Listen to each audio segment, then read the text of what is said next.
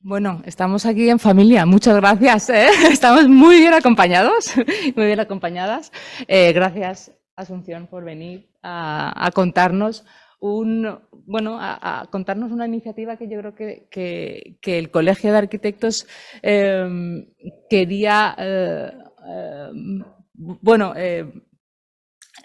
me acuerdo cuando estábamos hablando con Iván de qué hacemos, ¿no? El Día de la Mujer, decimos, y entonces enseguida nos surgió, pues vosotras, ¿no? Tenéis que venir, por supuesto, y enseguida que os lo propusimos dijisteis que sí. O sea, que agradeceros el no dudar en venir aquí y te decíamos, ¿no? Cuando estábamos hablando te decía que cómo lo hacemos, ¿no? La aplicación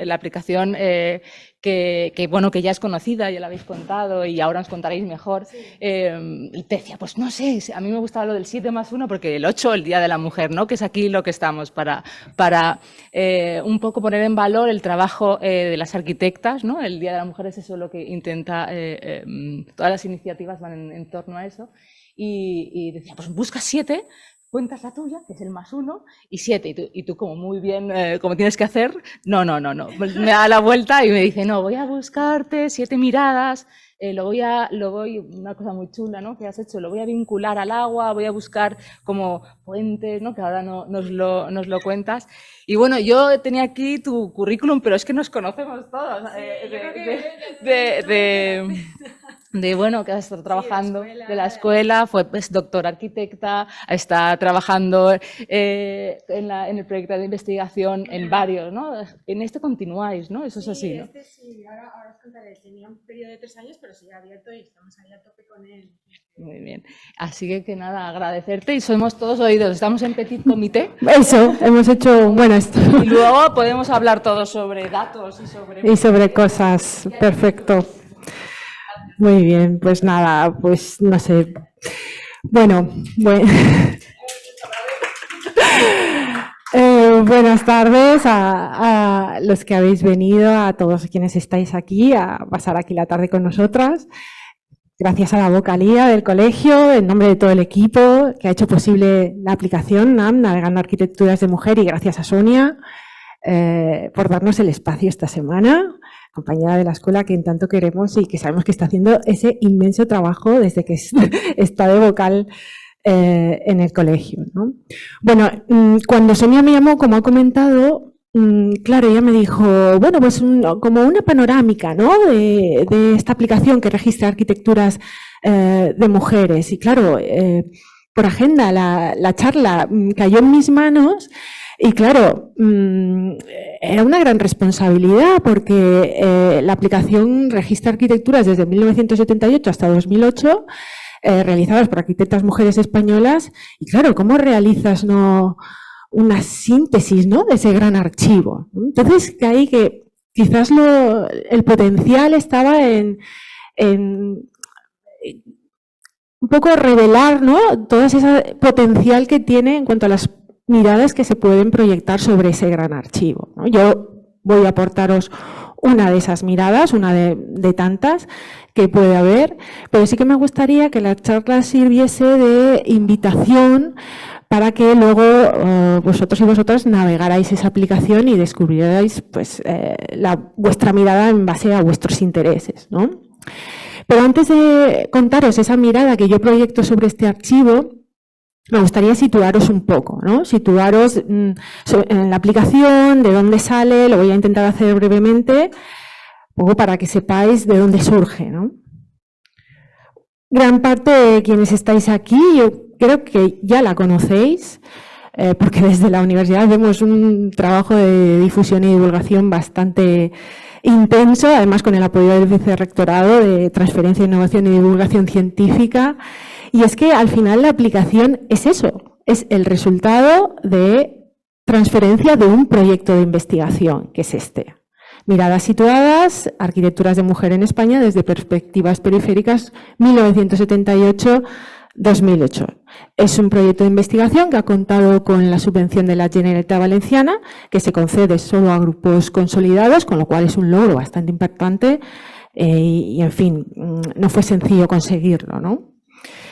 Entonces, el proyecto de investigación se desarrolla desde la Universidad de Alicante y su Instituto Universitario de Investigación en Estudios de Género, y ha tenido una duración de 3 años, desde 2021 hasta 2023. Como veis, el nombre del proyecto es largo, ¿vale? Pero es largo porque los proyectos de investigación pues, son muy precisos en el ámbito, en el campo de estudio que acotan. Y en el título están las claves de sus objetivos, ¿no? Todos esos objetivos que acota.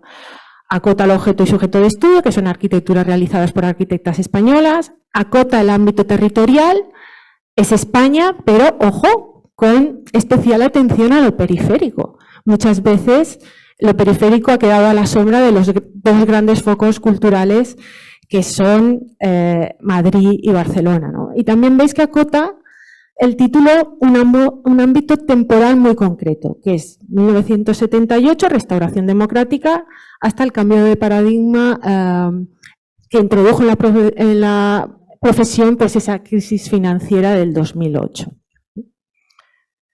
Bueno, fijaos en el sujeto de estudio, el ámbito temporal y espacial, pues el reto consistía en comenzar a registrar, ¿no? Comenzar a registrar, archivar pues toda esa producción de todas estas arquitectas españolas pues a través de vaciados en revistas, de vaciados de registros, de manuales de historia, había mucho menos.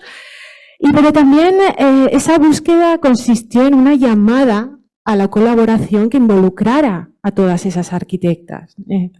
Entonces, claro, pensad que el ecosistema mediático, por así decirlo, de esas décadas en muchas ocasiones no prestaba la suficiente atención pues, a toda esa producción, ¿no? Entonces, a través de esos contactos más cercanos con las arquitectas, pues se pretendía también trascender lo cuantitativo y alcanzar un nivel más cualitativo en la investigación, ¿no? Entonces, a través de esta metodología mixta, que el equipo se ponía en contacto desde la cercanía y los afectos con todas esas arquitectas, pues efectivamente el equipo humano ha sido fundamental, ¿no? El proyecto de investigación lo lidera María Elea Gutiérrez Mozo como investigadora principal, también José Parra, Ana Gil Sanz, mi compañera que está aquí, y bueno, yo tuve pues la inmensa suerte y la oportunidad de unirme como investigadora contratada en el último año de desarrollo, que fue precisamente coincidiendo con el lanzamiento de la aplicación que se lanzó en diciembre de 2022.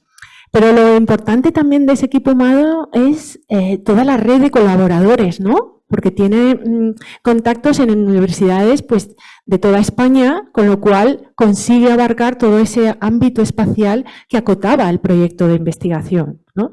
Además, también comienzan ahora, es bonito, ¿no? Porque a medida que ha ido avanzando el proyecto, todas esas alianzas han ido creciendo e incluso comienzan a ser transoceánicas, ¿no, Ana? O sea que, bien, en ese sentido.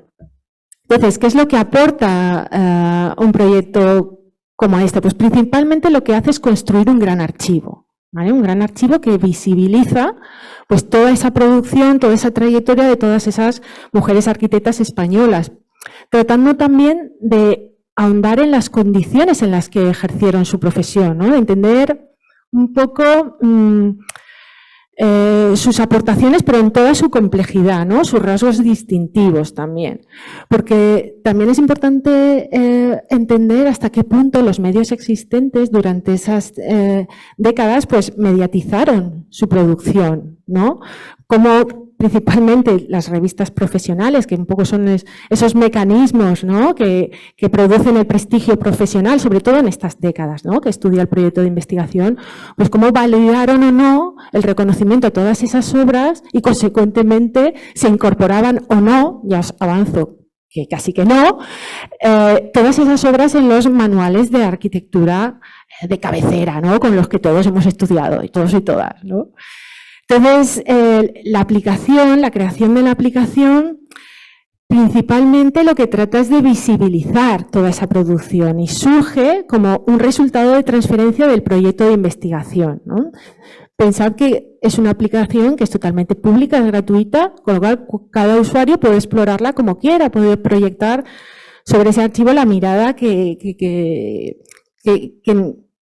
necesite, porque el perfil de usuario es muy amplio. Pensad que puede ser desde personas aficionadas a la arquitectura, desde turistas, desde la comunidad investigadora, pero también la comunidad educativa. Además, en todos los niveles, desde la universidad hasta los institutos, hasta los colegios, los docentes, pues a través de la aplicación, pues pueden darle referentes de arquitectura de mujer, sobre todo al alumnado más joven, ¿no? Nosotras, cuando empezamos a plantearnos estudiar arquitectura, yo personalmente, el otro día lo hablaba con Sonia, pues carecíamos, ¿no?, de esos referentes. Entonces es importante entender ese tándem. Proyecto de investigación, aplicación, ¿vale? Tienen una unión indisoluble. Entonces voy a explicaros brevemente cómo descargar la aplicación para quien no la tenga y explicaros también cómo funciona y qué es lo que ofrece, ¿no? Este es el código QR que podéis escanear. No sé si alguien no la tiene o si quiere escanearla. Bueno, la tenéis, ¿no? Bueno, pues en fin, está para iOS, está para Android, es pública y gratuita. Los pasos para descargarlas son súper sencillos. Y una vez abierta, pues os encontráis con ese mapa, ¿no? Un mapa que geolocaliza pues todas las obras que hasta ahora hay registradas en ese gran archivo, que da acceso la aplicación. Además, veis en el mapa que hay diferentes iconos, ¿no? Cada uno de esos iconos, hay 3 iconos distintos, pues nos indican si la obra es pública, si la obra es privada o si se trata de un espacio público. Además, veis, ahí se ve, no sé si lo alcanzáis a ver, pero si os metéis en la aplicación lo veréis muy claramente que como la aplicación utiliza todas las utilidades de Google y del propio móvil, pues estáis situados en tiempo real y sabéis pues perfectamente lo que tenéis alrededor, ¿no? Qué arquitecturas tenéis alrededor de esa ubicación. Aquí, por ejemplo, si nos metemos ahora en la aplicación, pues encontraríamos pues cerca la sede de Arquea de Lola o las viviendas del barrio de la calle San Nicolás, o las viviendas de labradores de Carmen Rivera, en fin, veríais todo lo que hay alrededor, ¿no? Entonces, en la pantalla también veis, en la imagen de la derecha, hay 2 botones superiores. El de la derecha, si clicáis, se extiende ese listado en el que aparecen todas las obras que están registradas por orden alfabético de nombre de pila. Y en el izquierdo, en el botón izquierdo superior, si clicáis, pues os ofrece una búsqueda avanzada donde podéis entrar por autoras, por categoría, por década, por escala, por uso, por tipología. En fin, tampoco me voy a entrar en cada una de las tipologías que hay, de categoría, etcétera. Eso ya lo podéis explorar más libremente. Entonces, si una vez vosotros o vosotras clicáis en uno de esos globos inferiores que encuadra esas obras que están alrededor de vuestra ubicación, entráis dentro de una ficha, ¿no? Yo aquí he tomado esta, por ejemplo, de referencia, también porque sé que Ana le tiene mucho cariño, porque fue una de las primeras, además es una de las obras más veteranas, porque, bueno, veis que es una obra que el proyecto es del 72, que es la biblioteca y el archivo de Elche, desde Pilar Amorós Pérez. Bueno, es una rehabilitación de un convento que luego fue hospital, en fin, y ahora es la biblioteca y el archivo. Pero si veis la ficha, pues aparecen todos esos ítems, ¿no?, con los que podéis entrar de manera avanzada, pues la categoría, el uso, la ubicación, las fechas, etcétera, ¿no? Y también veis que en la autora tenéis la posibilidad de entrar a una biografía resumida de la autora o en algunos casos incluso el enlace a su web si es que la tiene. Y luego veis que también aparecen una serie de textos pues que tratan de resumir la obra. Tenéis imágenes también, una batería de imágenes y planos en su caso si se han podido conseguir. Y los textos lo que hacen es pues una aproximación rápida a la obra, la relación con el entorno, el uso y la función, los materiales, algunas observaciones, también indicamos si es visitable o no la obra, si ha tenido premios, en este caso no los tenía, y también una bibliografía, pero veis que la ficha da cuenta, ¿no?, del trabajo que se hace en cada una de estas obras antes de incorporarla al archivo, ¿no? Entonces, si volvéis de nuevo, cerráis esta ficha con el botoncito de la X y volvéis de nuevo a la pantalla principal, pues veis que en la franja inferior de la aplicación aparecen más botones y tenemos un botón de favoritos que nos permite pues, hacer listados con nuestras obras favoritas, o aparece un botón de añadir obra, que este quizás para mí es el más significativo porque demuestra esa comunicación de ida y vuelta, ¿no?, que hay con la sociedad, porque cualquier usuaria puede plantear que se introduzca, puede sugerir al equipo de investigación una obra, o puede aportar imágenes, o incluso, si se da el caso, pues notificar algún error que se pueda detectar, ¿no? Y finalmente, en el botoncito de menú, pues os lleva a la web del proyecto de investigación, que es Miradas Situadas, ¿no? Ese tándem siempre está ahí, aplicación, proyecto. Entonces, como veis, el funcionamiento es muy sencillo, la interfaz es súper amable, porque pensad que el diseño pues, ha estado al cuidado de Marisa Gallén, Premio Nacional de Diseño, además trabajando con GeoHumans, y han conseguido pues, adaptar, ¿no?, todo el proyecto a esa condición líquida, ¿no?, del medio digital, a través de la aplicación, y con ese guiño también a la liquidez que está en el propio nombre, en el propio color, ¿no?, que se ha elegido para la imagen de la aplicación, y que tiene que ver también con la condición de dónde surge, la condición costera de dónde surge el proyecto, que aquí veis los pantallazos de cómo ha ido creciendo ese archivo y veis cómo se irradia desde Alicante al resto de la península, ¿no? Se lanzó con 100 obras y bueno, ha ido creciendo hasta tener a día de hoy pues 500 obras, incluso más, porque sigue creciendo, ¿no? Y además aquí veis ese esfuerzo, esas 500 obras son al cierre del proyecto en diciembre de 2023, y veis ese esfuerzo por ese registro también de la periferia que se ve con esas obritas que conseguimos captar en Ceuta y Melilla, que siempre son provincias que acaban olvidándose, ¿no? Entonces, con el archivo se ha puesto en marcha, con este archivo digital se ha puesto en marcha una gran narrativa transmedia y un poco cobrado vida propia, ¿no? También la aplicación es una herramienta fundamental para que esto suceda, y con los archivos digitales cambian las dinámicas, ¿no? No tiene nada que ver con un archivo analógico en que es todo el orden espacial del archivo. Con los archivos digitales entra en dinámicas temporales que son totalmente diferentes y sorprendentes también. Entonces, el archivo es una iniciativa pionera en España al registrar todo ese trabajo, ¿no?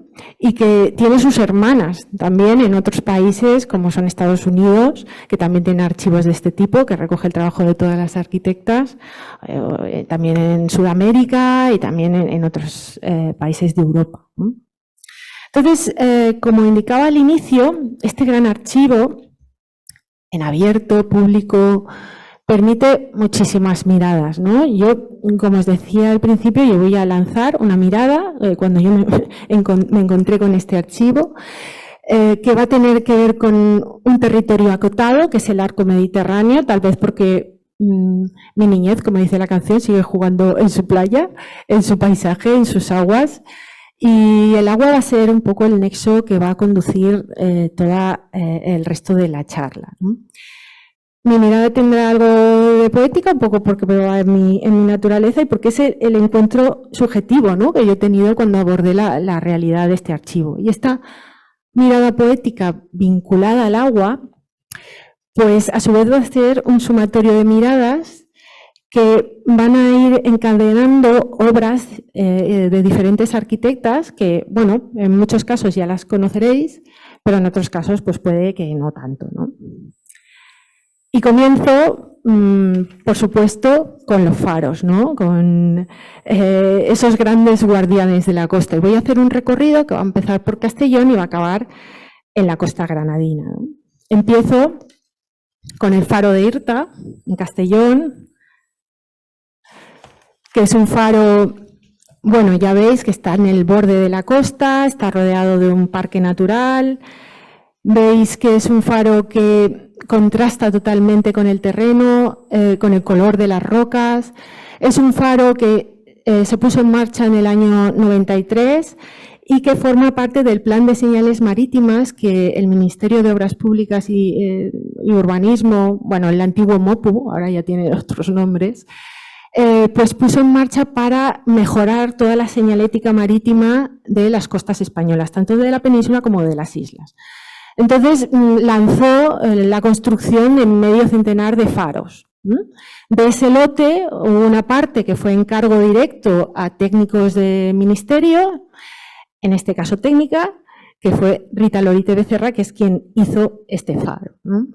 Entonces, como veis, bueno, pues plantea todo el faro, es muy osada en el planteamiento porque plantea todo el faro en hormigón blanco, con un estudio muy pensado de todo el encofrado, y introduce ese gran contraste que luego un poco también el mar, el viento y sobre todo el tiempo y su oficio pues ha integrado de una manera como súper especial en el paisaje, ¿no? Y a pesar de ser un encargo directo, pues veis la delicadeza, ¿no?, de la expresión gráfica de sus planos, ¿no?, que cuenta pues las sensibilidades de la autora, su compromiso, además expone muy bien el esquema del proyecto, las claves del proyecto, pues es un gran basamento que, bueno, se coloca en ese borde de la costa, que además ella lo propone accesible como mirador, sin embargo, veis, está todo vallado ahora, cosas de costas y sus límites, ¿no? Y veis que sobre ese basamento pues se eleva pues lo que es el faro, la torre del faro, con una planta cuadrada, pero si veis está ligeramente girada para que las diagonales de ese cuadrado coincidan con los 4 puntos cardinales. Y veis cómo el fuste tiene unos ventanales que van creciendo en superficie a medida que se asciende hasta ya esos 30 metros, donde está el gran vuelo, ¿no?, sobre el mar, que da acceso a la linterna, ¿no? Y mucho más al sur, nos vamos a la costa granadina, encontramos el faro de Castelldefels, que está situado en el Punta de Melonar. Se trata de un faro que también está vinculado a ese plan de señales marítimas del 85-89 y también es un encargo directo a Rita Lorite, en este caso en colaboración con el ingeniero Severiano Benavides. Aquí veis que la intervención es más controvertida porque actúa sobre los restos de una antigua torre vigía, la Torre de la Estancia. Es una torre del siglo XVIII, pero bueno, en los cimientos también parece que hay orígenes de una construcción nazarí. Y bueno, claro, el encargo tenía el doble reto, por un lado, de rehabilitar de forma respetuosa la torre, con a la vez el intento de dotarla con toda la tecnología para que funcionase como faro, ¿no? En el plan de señalización marítima del 85-89 muchas torres de vigía se habilitaron como faros y esta fue una de ellas. Entonces, para resolverlo, Rita Lorite lo que hizo fue añadir una construcción auxiliar de nueva planta, exenta, subordinada, apartada, ¿no?, del encuadre de la torre, que, como veis, está compuesta por 2 pantallas de hormigón que están separadas 80 centímetros y aplica de nuevo esa materialidad que hemos visto en el faro anterior, ¿no?, ese hormigón visto, con unos encofrados estudiados, ¿no?, en su modulación. Y este nuevo elemento construido, pues lo que asumía era el acceso, ¿no?, conseguir el acceso a esta torre que está en un promontorio totalmente aislado, un promontorio de 220 metros de altura que acaba cortado frente al mar y que no tiene suministro de ningún tipo de energía, por lo tanto tenía que ser un faro autónomo. Entonces este elemento auxiliar también asumía esa condición de soporte para los paneles fotovoltaicos que alojaban en ese vuelo, ¿no?, que está orientado al sur. Y bueno, al final, con la altura de la torre y la altura del promontorio, pues este faro alcanza una altura focal de 240 metros, que es de los más altos del Mediterráneo. Para que os hagáis un orden de magnitud, el faro de Santa Pola tiene unos 140 metros de altura focal, o sea que es un faro que tiene una altura, sobre todo con la ayuda del promontorio, ¿no?, sobre el que se asienta, ¿no? Pero bueno, todos los faros previstos en aquel plan de señales fueron encargos directos. Hubo un pequeño lote de 10 emplazamientos que se sacaron a un concurso abierto en el año 88 y uno de aquellos emplazamientos fue Nules. Así que volvemos a Castellón. Y ahí encontramos el siguiente faro, que es el faro de Nules, que todas también conocemos, ¿no? Este faro fue el resultado de aquel concurso, un concurso nacional, abierto, anónimo, que bueno, pues tuvo una gran convocatoria porque se presentaron hasta 300 participantes a los 10 emplazamientos y pues lo ganó Blanca Lleó, una joven Blanca Lleó. El concurso es del 88, Blanca Lleó se tituló en el 83, pues ella se impuso y se impuso pues a maestros de segunda generación de posguerra, como puede ser Javier Carvajal, que obtuvo una mención en este mismo emplazamiento, ¿no? Como os digo, el concurso fue muy mediático, tuvo su exposición en el COAN, su exposición en la Arquería y tuvo ese editorial en la revista de CESCAE, pero la propuesta de Blanca Lleó pues no fue publicada en ese editorial, ¿vale? Un poco es lo que digo del tratamiento mediático de toda esa producción, ¿no? Entonces, aquí tenéis imágenes de su maqueta, de parte de sus planos de concurso. En este caso, el faro se emplazaba en un entorno mucho más urbano. Blanca Lleó pues planteó una volumetría muy sencilla, prismática, regular, además como muy permeable al viento, con esa composición de huecos, basamento, cuerpo principal y remate con la linterna. Es un esquema muy sencillo, muy elegante. Se trata de, a mi modo de ver, es una obra muy madura porque recordad que Blanca Lleó cuando la ejecutó tendría 30 y poco, no sé, 30 años, muy poquitos, ¿no? O sea, y sería uno de sus primeros grandes encargos y sin embargo es que no hay un pero que sacar a esta obra. El fuste es todo de estructural, de hormigón, y luego lo reviste en su zócalo con un granito amarillo y luego lo que es toda la torre con una piedra arenisca de tipo ostionera que tiene trazas fósiles marinos, ¿no? Ese detalle, ¿no? Luego todas las puertas, todas las pasarelas, todas las escaleras son de acero inoxidable y algunos remates en el exterior de cobre. Consciente del contexto, pues ella lo que trató de hacer fue un edificio singular, ¿no? Que tuviese una vocación simbólica pues para este pequeño núcleo de población que bordea la playa de Nules, como veis, sin solución de continuidad. O sea, está al borde de la playa, directamente en la primera hilera de casas. Y de hecho requiere que constantemente se esté reponiendo la arena para que no acaben sumergidas. La última regeneración de arena ha sido ahora en enero de 2024, con ese cordón lunar. Cuestión que nos lleva a la importancia de los límites y con ello a la siguiente mirada, que son los bordes marítimos. Esta vez, esa mirada sobre el archivo pues nos lleva a Menorca, a Alicante y a Barcelona. En Menorca, pues merece la pena detenerse en la Plaza de la Ciudadela, que está al oeste de la isla, es una obra de los años 90. Su autora es Isabel Benassar, que fue, bueno, ella es arquitecta menorquina, de allí de Mahón, y bueno, formó parte de los servicios técnicos municipales de la Ciudadela durante varios años y el encargo pues forma parte, ¿no? de su trabajo durante esos años. Como veis, la plaza se ubica en el borde de la isla, en una zona de charnela entre la ciudad y el mar, que tiene que transformar en espacio público, además poner en valor todo el entorno natural. Luego también tiene que poner en valor el castillo de San Nicolau, que forma parte de la Ciudadela, y todo eso con las exigencias que entraña pues esa topografía, ¿no? Un poco complicada. Entonces, ella, la solución que propone es resolver el encuentro entre esos dos extremos del paseo, pues generando un gran espacio estancial que además invita, ¿no? a bajar a todas la zona rocosa del borde de la isla, pues a través de un descenso mediante rampas, todas accesibles. También hace accesible el propio castillo con esa pasarela.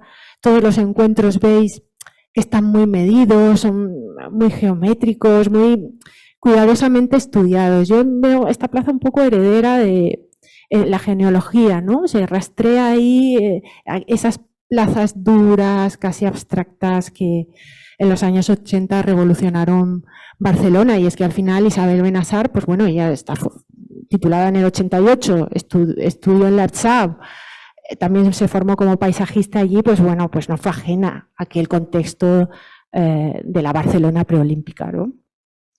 Pero aquí, aunque las plazas duras han sido muy criticadas por la frialdad, aquí totalmente conveniente por el ambiente agresivo marino, ¿no? Otro paseo que se mueve en esta misma línea, también de los 90, y que conocemos de sobra, es el Paseo Marítimo de Torrevieja, de Carmen Pinós, también formada en la SAP. Un paseo que se ejecuta en las mismas fechas que en la anterior, de Menorca.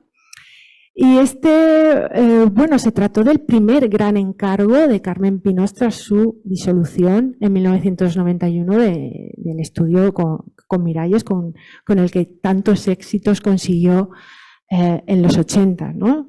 Y sin embargo se trata de una obra que en su momento solo se hizo eco nuestra revista colegial, nuestra Vía Arquitectura, ¿vale? Y es que, bueno, los medios síncronos, pues tras la separación del estudio, pues no dieron la misma prioridad mediática que tuvieron en conjunto en los 80. Por supuesto, posteriormente sí se han elaborado muchísimos registros, muchos que parten de la periferia, y actualmente, pues siendo Carmen Pinós Premio Nacional, pues todos conocemos su obra de sobra, ¿no?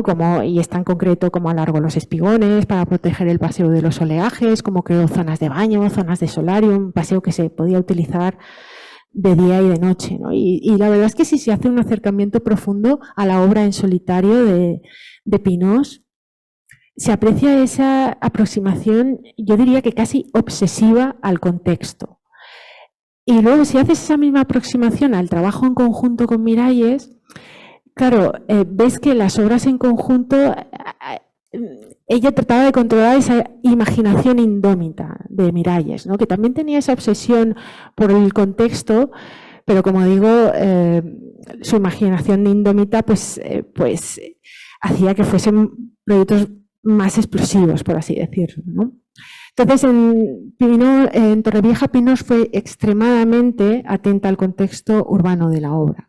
Un contexto que es totalmente diferente a este otro borde marino, cuya autora es Imma Jansana, otra arquitecta catalana, especialista en paisaje, de una generación, como veis, próxima a Pinós, también de la Escuela de Barcelona. Y en este paseo se encuentra en la playa de Gavà, que está al sur del delta del Llobregat. Y el paseo realmente lo que es un elemento que intenta preservar ese cordón, ese ecosistema de dunas para intentar protegerlo, ¿no? Entonces, como veis, el paseo se presenta como dos cintas sinuosas que son drenantes, que respetan la topografía existente, respetan también la vegetación, que también repone, en su caso, si es necesario. Y veis cómo luego pues, aporta una serie de caminos transversales para poder llegar al mar. Imma Jansana también fue técnico del Ayuntamiento de Pla de Llobregat y muchos de los encargos vinieron por esa situación de trabajar en la administración pública, algo que es una cuestión que también es constante en muchas de las arquitectas que registra este archivo, ¿no? Entonces, esta es una de las muchas actuaciones que Imma Jansana hizo en el delta del Llobregat. Y siguiendo localizados en el delta del Llobregat y en la obra de Imma Jansana, pues dirigimos ahora la mirada pues, a otro paisaje que también tiene mucho que ver con las provincias mediterráneas, que son los humedales. Yo no sé si conocéis a fondo el delta del río Llobregat. Bueno, configura una extensa meseta que veis ahí.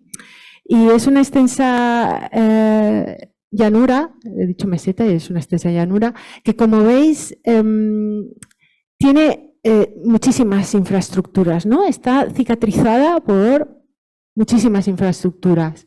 Y si os percatáis, en el extremo superior veis que además el río Llobregat en los años 90, su desembocadura fue desviada para que creciese el puerto. Además, en esas mismas fechas también creció el aeropuerto del Prat, con lo cual es un ecosistema que sufrió, ¿no?, la ampliación de todas estas infraestructuras y fueron necesarias muchas medidas medioambientales para tratar de preservarlo y de ponerlo en valor. Entonces, Inma Hansana realizó en el Parque Natural una serie de torres miradores, unas torres circulares de 2 metros de diámetro, 3 metros de altura, salvando las distancias. Recuerdan un poco, ¿no?, esas torres vigías. Se llega a la parte superior con una escalera helicoidal, está hecha con listones de madera que, dispuestos en vertical, se ve intencionadamente que buscan la transparencia, ¿no?, del propio mirador para no interrumpir el paisaje. Utilizan madera del hondo para asegurar su durabilidad. Y este es un mirador modelo que se repite en distintos puntos del delta, ¿no?, y constituyen una red de miradores que son los únicos puntos desde los que se puede otear pues todo este paisaje, ¿no? Sin embargo, dentro de esta red de miradores, Inma Hansana planteó un mirador que se encuentra encima de una infraestructura hidráulica, está junto al margen de la desembocadura. Y como veis, el hecho de que se posicione encima de esta infraestructura condiciona su materialidad, sigue buscando esa transparencia, como en el caso anterior, pero a través de una malla metálica, ¿no? También respondiendo a esa preexistencia, porque se asienta sobre un punto de control y de gestión del agua que está vinculado a la gran depuradora metropolitana que está al otro lado de la desembocadura y que se ve desde este mismo mirador, ¿no? Y es que, en efecto, el desvío del río Llobregat supuso una importante modificación en el territorio y un inmenso impacto ambiental que esta gran depuradora, que purifica el agua de nada más y nada menos 9 municipios, atenúa ese impacto, ¿no? ¿Cómo lo hace? Aportando agua dulce al cauce, agua dulce al riego del parque natural y, sobre todo, agua dulce para generar una barrera de agua que impida la salinización de los acuíferos, ¿no? Entonces, este mirador se instala encima de esta infraestructura hidráulica que gestiona las aguas que van de la depuradora a todo el parque natural. Entonces, realmente, este mirador lo que ofrece son las vistas a un territorio que, en realidad, como veis, es híbrido porque es un ensamblaje de arquitectura, infraestructura y, bueno, también paisaje, ¿no? Y este paisaje pues, permite de nuevo redirigir la mirada, en este caso, pues esas grandes infraestructuras vinculadas a la purificación del agua, que son las depuradoras. Infraestructuras que también han trabajado algunas de las arquitectas que tenemos en el archivo, ¿no? En este caso nos desplazamos a Valencia de la mano de una arquitecta valenciana, que es Lourdes García Sogo. Porque si bien las infraestructuras son un requisito que parece indispensable, ¿no?, para cualquier noción de civilización moderna, pocas veces notamos, ¿no?, cuánto dependemos de ellas, porque casi siempre interactuamos con ellas a través de interfaces que las invisibilizan y solo cuando dejan de funcionar nos damos cuenta de su existencia, ¿no? Entonces, esa invisibilidad hace difícil, ¿no?, que se haya abordado desde la arquitectura. Sin embargo, Lourdes García Sogo ha encontrado en las infraestructuras, no solo en ellas, pero quiero detenerme en esta faceta de su trayectoria, pues ha encontrado un espacio de crítica que sí que puede ser ocupado por la arquitectura. Y aquí nosotras, desde luego, recordaremos pues todo su trabajo en el Master Plan de Sociópolis de 2003, en el que ella trabajaba toda esa gestión del agua a través del diseño. En fin, aquí yo muestro uno de sus proyectos infraestructurales más complejos, que es la depuradora del Camp del Túria de Valencia. Esta estación depuradora de aguas residuales, como veis, se sitúa al lado del cauce del Júcar. Esta depura agua de 3 municipios, pero veis cómo aterriza en el territorio, ¿no? Veis cómo son de tremendas estas infraestructuras.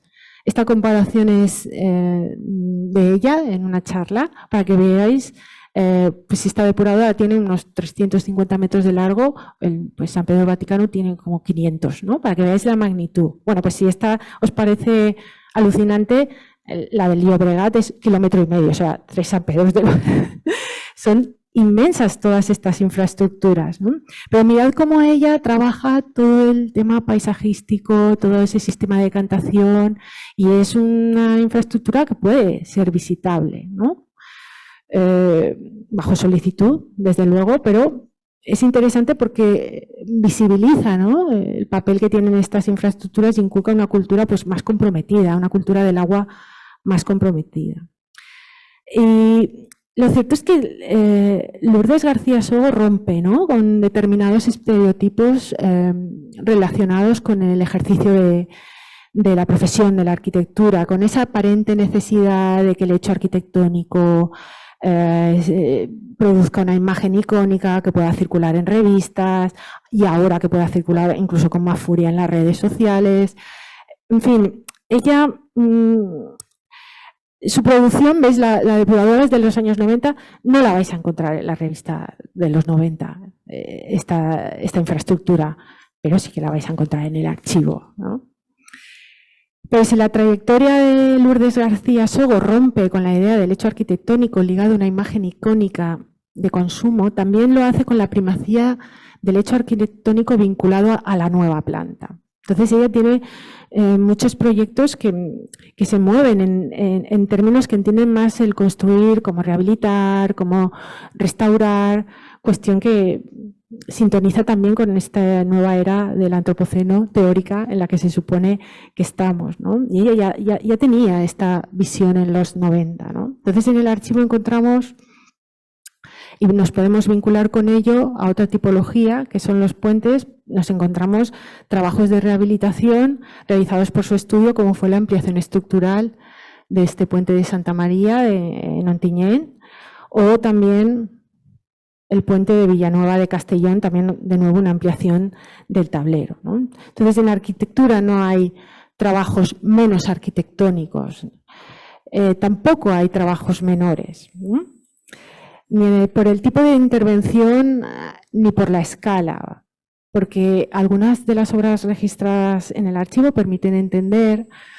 que por pequeño que sea el encargo, como por ejemplo una pasarela, una pequeña pasarela local, ¿no?, que une 2 puntos, pues el resultado puede superar todas las expectativas, ¿no? Volvemos, como no, a Carmen Pinós y su pasarela peatonal en Petrer. Si el paseo marítimo de Torrevieja fue su primer encargo en el 96, tras su separación del estudio de Miralles en el 91, pues podemos decir que la pasarela, que fue un encargo del 91, fue su pequeño gran encargo, su primero pequeño gran encargo. Es una obra que fue finalista en la Bienal de 2001 y que, de nuevo, como el paseo de Torrevieja, pues solo fue publicada por nuestra revista periférica, por Vía Arquitectura. Luego ya sí que se ha registrado, ¿no?, posteriormente. Pero como veis, unas ruinas de un acueducto, una zona rural muy degradada, una rambla seca, aquellas eran las condiciones de su pequeño encargo, ¿no? Pero atenta, como siempre, al contexto, pues Pinós proyectó mucho más que una pasarela que uniera 2 puntos. Proyectó una zona de articulación entre un pueblo y su suburbio. Y la vista aérea de la pasarela de Pinós pues permite mirar de nuevo el archivo y dar relevo hacia otro paisaje, vinculado al agua, por supuesto, que son las ramblas. Las ramblas, uno de los elementos paisajísticos más peculiares del relieve mediterráneo, a veces están secas, a veces lo desmontan todo, tienen agua intermitente, esporádica, y encontramos proyectos en el archivo que han intentado adaptarlas como espacio público. Esta vez nos vamos a Barcelona y vemos cómo en Badalona, de nuevo Isabel Benassar, pues adecúa esta riera, la riera del Cañadó, como un espacio público. Es un proyecto de finales de los 90 y es un ejemplo de cómo integrar, ¿no?, estos cauces que generalmente introducen un corte, ¿no?, en la trama urbana de las ciudades que atraviesan, ¿no? Aquí este curso fluvial es un curso fluvial intermitente, por lo tanto ha tenido que ser canalizado a su paso por por el parque. Ella deja en la superficie de esa riera canalizada pues un gran parque lineal que proyecta como un recorrido con diferentes caminos, diferentes texturas, limitados por muros de hormigón, por gaviones, todo con una vegetación muy cuidada. Otro ejemplo también de Isabel Benassar en Esplugues de Llobregat es el Parque Torrent d'en Farret, de nuevo convierte un torrente en un espacio público que también suponía una fractura en la trama urbana. ¿Y cómo lo hace? Pues potenciando las trazas, ¿no?, que tenía ese torrente en origen, que era un paseo verde con diferentes tapices, aguas abajo, como veis, tiene servicios, y un estanque también, que un poco es la huella del torrente que dio forma al cauce. Y como veis, aguas arriba, pues el cauce ya es más facetado, tiene diferentes caminos de madera, también se encuentran taludes. Los taludes, todos los taludes están intervenidos mínimamente, tienen muchos accesos para que el parque pueda ser disfrutado por todos los habitantes de la localidad, pero como veis está mínimamente intervenido, con rampas y con esas especies de plataformas que rememoran paisajes agrícolas. Y la imagen de este abancalamiento artificial redirige la mirada ya por última vez, ya cierro con ello las 7 miradas, me redirige la mirada a los paisajes agrícolas, ¿no? Y con ellos a otro elemento clave en la cultura del agua del Mediterráneo, que son las acequias. Esta vez lo hacemos con una obra emplazada en Granada, de una arquitecta granadina, Carmen Moreno Álvarez, la generación más joven de las arquitectas de las que ha hablado hoy aquí. Ella se egresó en 2001. Y se trata de una intervención paisajística en la localidad granadina de Biznar, ¿no? Concretamente se emplaza junto a una acequia que suministra y abastece el barrio Albaicín, Granada, desde la época árabe. Además, está localizada en un lugar que tiene una memoria, ¿no? Porque ahí también se localizaba un molino que sirvió de prisión, pues, a los condenados a muerte durante la Guerra Civil. De hecho, el barranco del Biznar, pues el bando sublevado asesinó a más de 150 personas, entre ellas a Federico García Lorca, ¿no? Entonces, el proyecto paisajístico de Carmen Moreno lo que hace es recuperar la memoria del lugar y lo hace mediante 3 recorridos, que ella denomina el camino del paseante, que es el naranja, el camino del agua, que es el azul, y un pequeño camino gris, que es el camino transparente, que vemos ahí con un pequeño arco en la parte superior. Todos entrelazados, pues tratan de reconstruir la historia de este lugar. El camino del paseante es ese camino que va en paralelo a la acequia, que veis que pasa al lado de ese molino, ¿no? El camino del agua es la propia acequia que se restaura, que se rehabilita. Además se rehabilitan todas las albercas que habían asociadas a esa acequia y que actualmente riegan pues, una serie de huertos públicos para el uso lúdico de los habitantes del pueblo. Y de manera que cuando el caudal fluye por la acequia llena estas albercas y estas albercas rebosan, pues el agua acaba bañando una piedra que tiene esculpida una de las poesías de Federico García Lorca, que es el lugar donde acaba ese tercer camino, el camino transparente, que es un poco una metáfora del último paseo de Lorca, ¿no?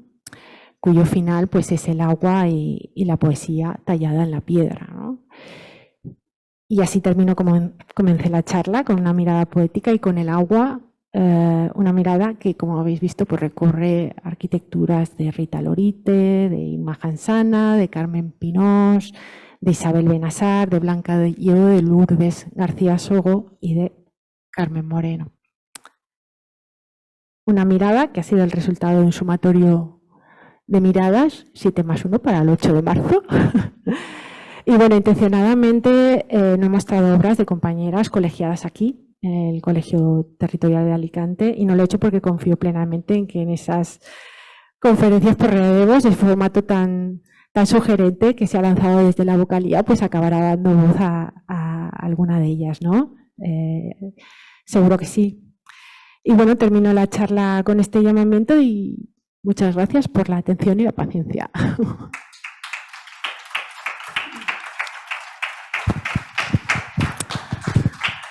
Muchas gracias. Cuánto trabajo y muchas gracias no solo por vuestro trabajo, por visibilizar todo lo... Gracias por no hacerme caso otra vez, porque te dije 7 y me has traído como 21 miradas. Vamos, queríamos luego hablar, ¿no?, de la mujer o tal. Yo viendo esto me quedo como satisfecha, ¿no? Agradecida otra vez. Y seguir porque estáis haciendo un trabajo espectacular. Así que gracias a todos. Darle las gracias al equipo. Gracias a ti. Y adelante con vuestro trabajo porque es maravilloso. Gracias. ¿Queréis a alguien decir? Nos tomamos y hablamos. No son arquitecturas de mujer, no sé yo. Las arquitecturas son de todos. Hecha por mujeres, por arquitectas, que es distinto. Eso habría que modificarlo, ¿eh? Porque está clarísimo que las arquitecturas son en general de todo. Hay arquitectas, hay de todo. Con lo cual no son arquitecturas de mujer, son arquitecturas y hechas por mujeres, por arquitectas, perdón. Bueno, pues que yo quería decirte, ya siempre me dice que diga algo, que la exposición ha sido muy bonita, los proyectos muy bonitos, pero sobre todo tu exposición poética ha sido mejor. Oh, muchas gracias. Sí, sí. Lo has hecho muy bien. Muchas gracias. Bueno. Bueno. Yo como compañera, amiga, quiero felicitarla porque creo que ha hecho un relato muy bonito y muy bello y muy sensible, ¿no? Hay una parte que evidentemente todas esas obras están y esas obras están para que precisamente cada persona pueda construir el relato que quiera y que frente a relatos que muchas veces reproducimos sin saber muy bien por qué se reproducen determinados mitos que se convierten en leyenda que perpetuamos generación tras generación, pues que todavía queda mucho, ¿no?, por hacer, por descubrir, por relatar, por admirar y por aprender, ¿no? Porque creo que hay muchas obras, ¿no? Como decimos, hay más de 500 obras. Un relato fácil hubiese sido posiblemente hablar de la vivienda, que el gran porcentaje de obras de arquitectas se han dedicado al ámbito de lo doméstico, ¿no? Vivienda unifamiliar, residencial plurifamiliar, bueno, muchas, hay rehabilitación, ¿no? Pero también se pueden hacer estas miradas mucho más intencionadas, que es un poco lo que creo que ha intentado mostrarnos ella, ¿no?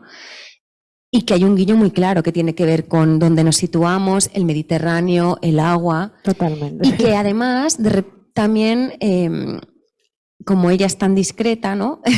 Me refiero que aquí las obras de las que se han mostrado y que se han puesto como pinceladas son obras que precisamente por su escala, por el tipo, ¿no? Hay unas que son más paisajísticas y que evidentemente en Cataluña, ¿no?, hay una corriente de paisajismo que es muy potente, en donde las mujeres claramente lideran, ¿no?, ese ámbito profesional, pero también hay infraestructuras, ¿no?, unas infraestructuras que conviven con nosotros, que están muchas veces invisibilizadas a pesar de la grandísima, ¿no?, de la gran escala que tienen, y que muchas veces, ¿no?, hay muchas cosas o muchas arquitecturas que consideramos que son anónimas, ¿no? Entonces también es como un guiño, ¿no?, para dejar de, bueno, para visibilizar y recuperar muchas de estas obras, ¿no?, en estas 7 miradas, ¿no?, que Susi en este caso ha construido y que animamos a que, bueno, que cada persona intente hacer su propio relato, ¿no? Busca tu propia aventura. Claro, algo pues así. exactamente lo mismo. Es una invitación. Es una total. invitación abierta a que, bueno, pues que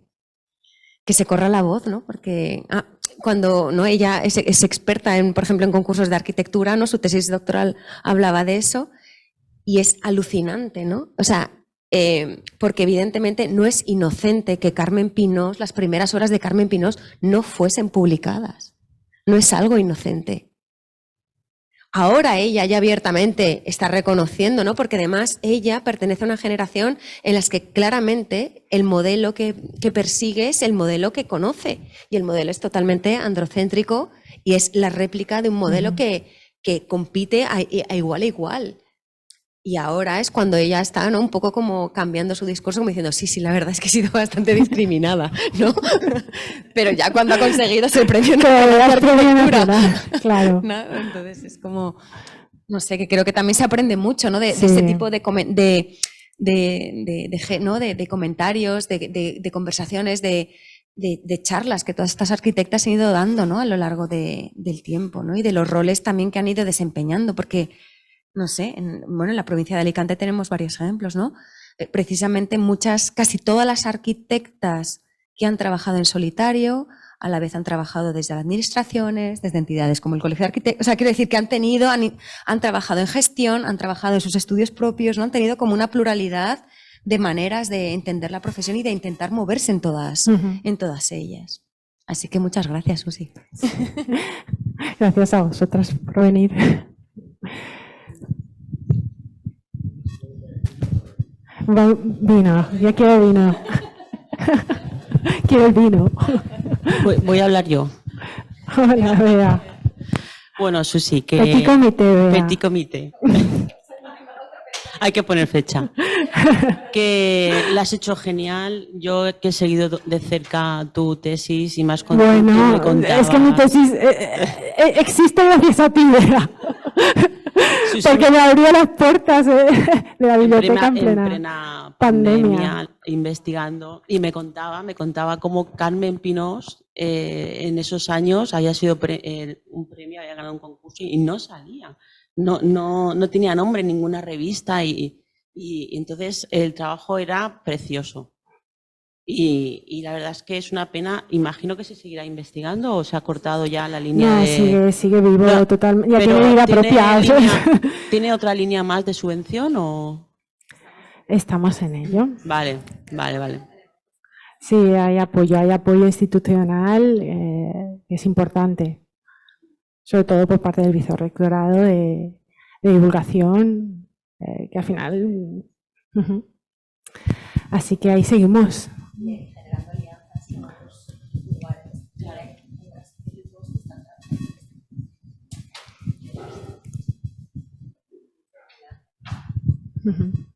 Al final es construir un gran archivo,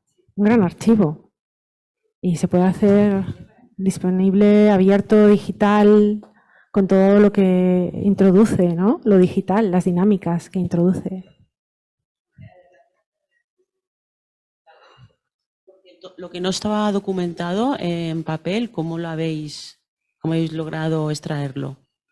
No documentado en papel, como por ejemplo lo que no esté en revistas, dices. Sí. Pues vale, no, y con llamamientos a través de los colegios. Luego, por ejemplo, en el caso del Faro, de los faros, como he dicho, ese concurso fue muy mediático, tuvo su exposición en el COAN, su exposición en las alquerías, y ese concurso, esa exposición tiene su catálogo. Entonces, en el catálogo sí que se registraron pues parte de las maquetas, parte de los dibujos, de los proyectos y demás. Claro, ese catálogo yo lo tengo. Yo los tengo todos los de concursos los tengo. Y sí, la verdad es que te encuentras con esa documentación. A mí, por ejemplo, en particular, la expresión gráfica de Rita Lorite, siendo encargos directos, ¿no? Demuestra, ¿no?, la sensibilidad de cómo se recrea con el dibujo cuando proyecta. A mí es una de las cuestiones que me gusta de esta arquitecta, que aún no sé su año de titulación. Yo intuyo que es los 70, intuyo que es de Madrid, pero no lo sé a ciencia cierta. Es algo que estamos en contacto con ella. Claro, sí, ahora está en el MITMA. Entonces, como te digo, seguimos trabajando para completar pues su biografía, completar si tiene más obras. Yo creo que tiene un Paseo en Oro Pesada también, en fin.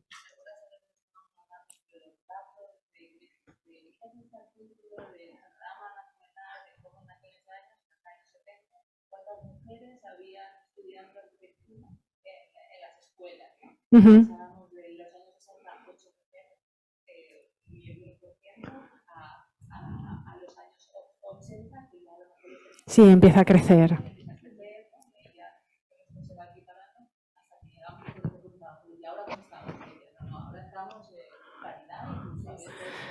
paridad en escuelas. Como alumnado. Al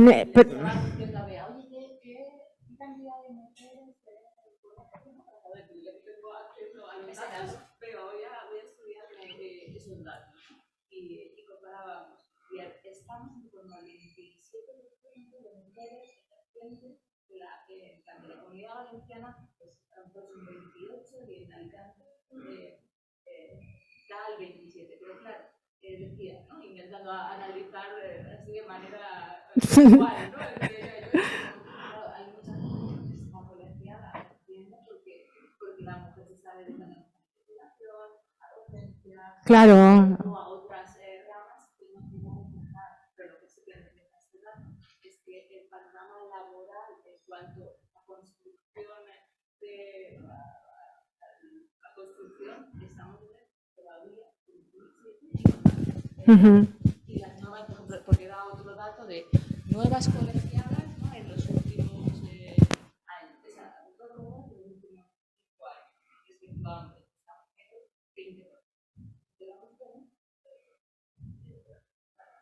20%. Yo cuando estudiaba pensaba que yo a día de hoy, estaríamos igual, pero no sé qué pasa.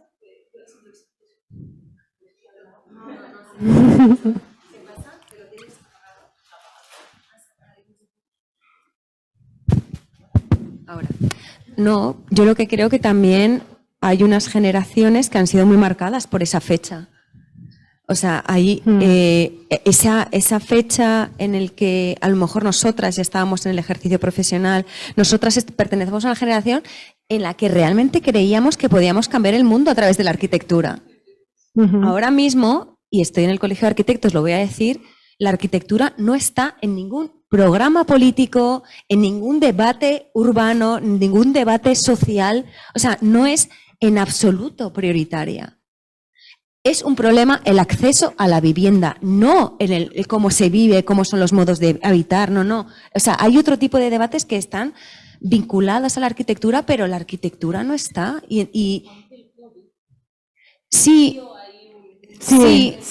Sí, pero la máquina la persona se ralentizó, empezamos a pensar, pero luego de nuevo bum, Claro. la máquina se puso en marcha. La máquina se vuelve a poner Dejamos de en pensar marcha. otra vez. Y yo sí que creo que, por ejemplo, el alumnado, nosotros estamos en la universidad, el alumnado ha sufrido un gran desencanto con ¿no? O sea, como una especie como de desencanto, de desmotivación, de no sé, que es muy complicado, ¿no? Ser autónoma, tener tu propio estudio, conseguir encargos, no sé, o sea, y yo creo que cada generación en ese sentido va cambiando y la profesión yo creo que está en proceso continuo de cambio. Y luego yo creo que también puede haber una masa de compañeras que trabajan en estudio, pero no firman, ajustan sus gastos, no se colegian, No, pero y además no eso ha se abren pasado su seguro. incluso en estas generaciones Claro, que estamos tipo diciendo, de- no, es que yo he desarrollado todos estos proyectos, pero los firmaba mi marido, o sea, los firmaba. Eso ha pasado mucho. Entonces ahí también puede haber que esas cuestiones, ¿sabes? También ahí puede haber ajustes por eso. Intuyo. Vamos, que hay testimonios. Y luego, una cosa que también de lo que hemos hablado, que a mí o sea, estamos como muy motivadas, encantadas, apasionadas con la investigación, pero a mí hay algo que me produce siempre una cierta desazón, y es que cuando hablas con estas arquitectas, todas hablan desde un sufrimiento, desde un dolor, o sea, tremendo. O sea, todas han pasado, o sea, quiero decir, no hay un relato, ¿no? Quizás en las décadas más próximas, Sí, no sé, sí. a los 70, ¿no? Sí, pero Los que- 80. Pero que hay como ¿no? Como que ha sido muy duro para todas ellas. Y te lo- Claro, a ver, No, porque pertenecían a esa generación en las que ellas querían hacer eso, pero a la vez se ocupaban de los cuidados de sus hijos, a la vez todas empezaron a divorciarse en ese momento, ¿sabes? Empezaron ¿no? a tener que darse cuenta de que no podían mantener su estudio, entonces empezaron todas a ser, ¿no? Casi todas han sido arquitectas municipales o trabajando en instituciones públicas, o sea, sí. pues un poco la diversidad y la dificultad de Sí, un poco desenvolverse. lo que comentábamos por teléfono, Sonia. O sea, pensemos que hasta la Constitución que aseguró determinados derechos, como por ejemplo abrir una cuenta en el banco Una sin cuenta permiso del marido. Claro, es que el proceso también, o sea, hay que entender el contexto social, el contexto cultural, el contexto político, y no analizar el pasado con anacronismos, ¿no? Sino atento a todo lo que envolvía la situación. Y evidentemente en esas décadas pues no debió ser fácil. Lo que pasa es que son unos trabajadores incansables. O sea, ellos las historias y dices, Dios mío. O sea, sí.